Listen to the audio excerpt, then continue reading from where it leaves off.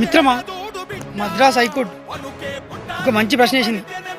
ఏంటంటే అక్కడ తమిళనాడులో ఒక దేవాలయానికి ఒక మంత్రి గారు వచ్చినప్పుడు ఆయనని డైరెక్ట్గా తీసుకుపోతున్నట్టు, డైరెక్ట్ తీసుకెళ్ళి దర్శనం చేపిస్తారు.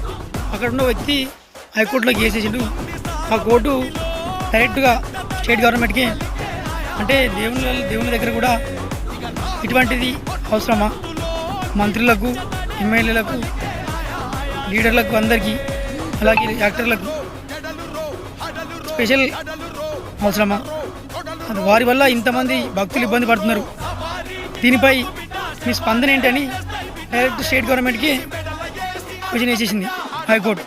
నాకు కూడా అనిపిస్తుంది, మనం వేసిన ఓట్లతో గెలిచిన వాళ్ళు దేవుళ్ళ దగ్గరికి ఇక్కడ బయట అంతగానం ఏముంది వాళ్ళకు అర్జెంటు, అలా ప్రజల పనులు చేసేటప్పుడు ఆ అర్జెంటు చూపించారు. ఈ గుళ్ళ కాడికి, ఈ మీటింగ్ల కాడికి వచ్చినప్పుడు మాత్రం వాళ్ళకి స్పెషల్ వే ఉండాలి, స్పెషల్ రోడ్ ఉండాలి, స్పెషల్ దర్శనం ఉండాలి. నాకు ఇదే అనిపిస్తుంది. ఇది ఒక మద్రాసులోనో తమిళనాడులో కాదు, ప్రపంచమంతా ఇలానే నడుస్తుంది. నువ్వు ఒక పబ్లిక్ సర్వెంట్ అయినప్పుడు పబ్లిక్ ఇబ్బంది పడేటువంటి పనులు చేయాలి. పబ్లిక్ ఇబ్బందులు చేసే పనులు చేస్తే నువ్వు పబ్లిక్ సర్వెంట్ అన్నారు, పబ్లిక్ నాన్సెన్స్ స్టాఫ్ అని అంటారు. మీకు ఒకసారి ఆలోచన చేయండి అందరూ.